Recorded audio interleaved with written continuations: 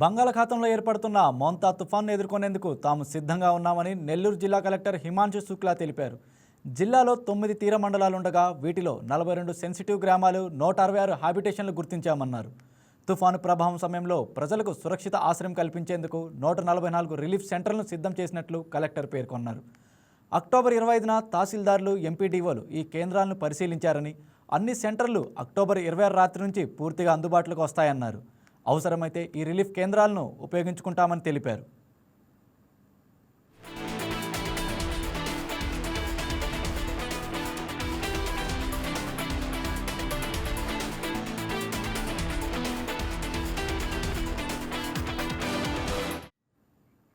జాతీయ రాష్ట్ర రహదారుల్లో 27 ప్రాంతాలు, రైల్వే మార్గాల్లో 16 చోట్ల వర్షాల వల్ల కొంత నష్టం జరిగే అవకాశం ఉందని అంచనా వేసినట్లు కలెక్టర్ తెలిపారు.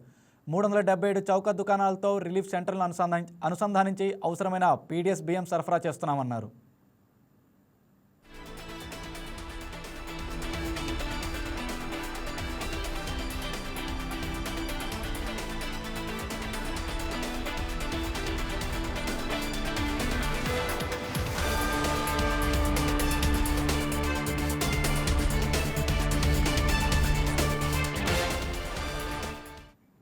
తుఫాన్ సమయంలో గర్భిణీలు, పాలిచ్చే తల్లులు, వృద్ధులు సురక్షితంగా ఉండేందుకు ప్రత్యేక చర్యలు తీసుకున్నామని కలెక్టర్ చెప్పారు.